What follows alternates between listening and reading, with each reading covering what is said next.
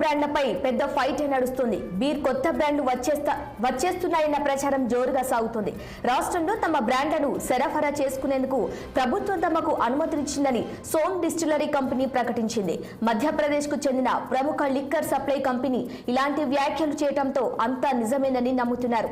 అయితే తెలంగాణ ఎక్సైజ్ శాఖ మంత్రి ఈ నెల 21న చేసిన ప్రకటనతో కొత్త బ్రాండ్లపై సందిగ్ధత నెలకొంది.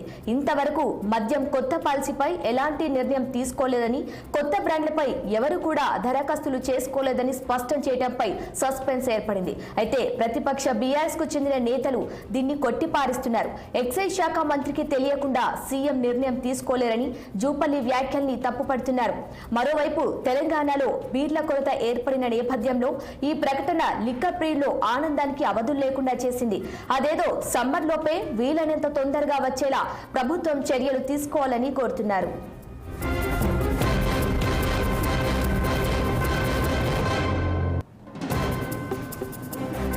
ఇక ఇదే అంశంపై మరింత సమాచారం మా political bureau chief Ram live లో అందించేందుకు సిద్ధంగా ఉన్నారు. చెప్పండి రామ్, రాష్ట్రంలో కొత్త బీర్ బ్రాండ్ల సరఫరాపై ప్రతిపక్ష బీఆర్ఎస్ కామెంట్స్ ఏంటి? Good afternoon Sirisha. ఏదైతే రాష్ట్రంలో మద్యం పాలసీకి సంబంధించిన విషయంలో ఇటు రాష్ట్ర అధికార కాంగ్రెస్ పార్టీ అదేవిధంగా ప్రతిపక్ష బీఆర్ఎస్ పార్టీ మధ్య మాటల యుద్ధం నడుస్తుందని చెప్పనుకోవాలి. ఆరోపణలు కూడా ప్రత్యారోపణలు కూడా నడుస్తుందని చెప్పనుకోవాలి. అయితే ముఖ్యంగా వేసవి కాలం ఒకటి, ఇటీవల జరిగిన పార్లమెంట్ ఎన్నికల సందర్భంగా కూడా రాష్ట్రంలో బీర్లు బాగా కరువైపోయి బాగా బీర్ ప్రియులు కూడా చాలా ఇబ్బందులు పడిన విషయం తెలిసిందే.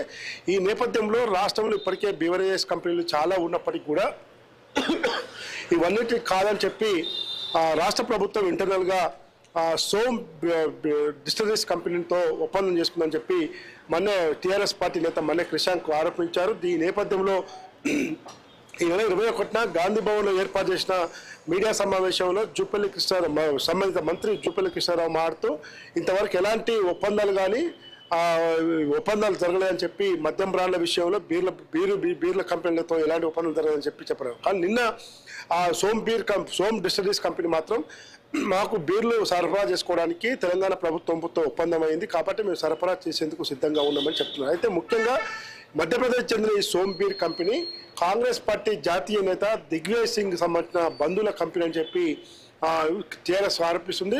దీనికి అనేక సంవత్సరాలుగా కూడా ఈ కంపెనీని సీజ్ చేసి పెట్టారు, బ్లాక్ లిస్ట్లో పెట్టారు.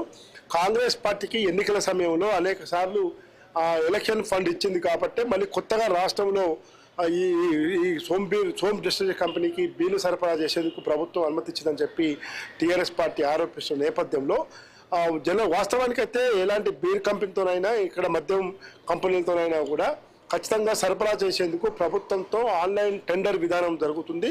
ఎవరు తక్కువ కోడ్ చేస్తే వాళ్ళకి ఆ టెండర్ వెళ్తుంది.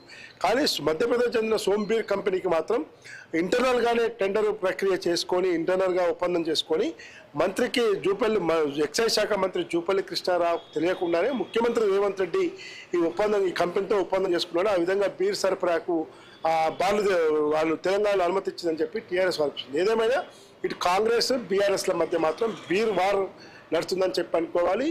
చివరికి నిజంగా ఆన్లైన్ టెండర్ ప్రకారం ఒక వైన్ షాప్ పెట్టాలంటే కూడా వైన్ షాప్ కూడా ప్రతి 2 yearsకి ఒకసారి గవర్నమెంట్ నిర్ణయించే రేటు ప్రకారం డిపాజిట్ కట్టాలి, డిపాజిట్ కట్టి టెండర్ వేసుకోవాలి. ఇదంతా ఆన్లైన్ సిస్టమ్ ఉంటుంది. కానీ ఇతర రాష్ట్రాలతో చెందిన కంపెనీలతోనైనా మన రాష్ట్రంలో ఉన్న బీర్ కంపెనీలతోనైనా ఒప్పందం ఖచ్చితంగా ప్రభుత్వ నిబంధనల మేరకు ఉండాల్సిందే.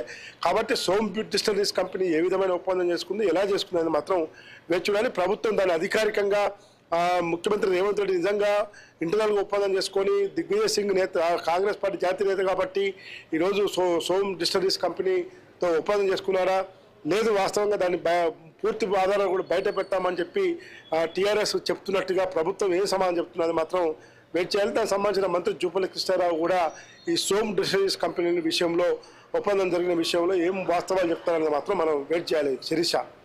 Right Ram, thank you.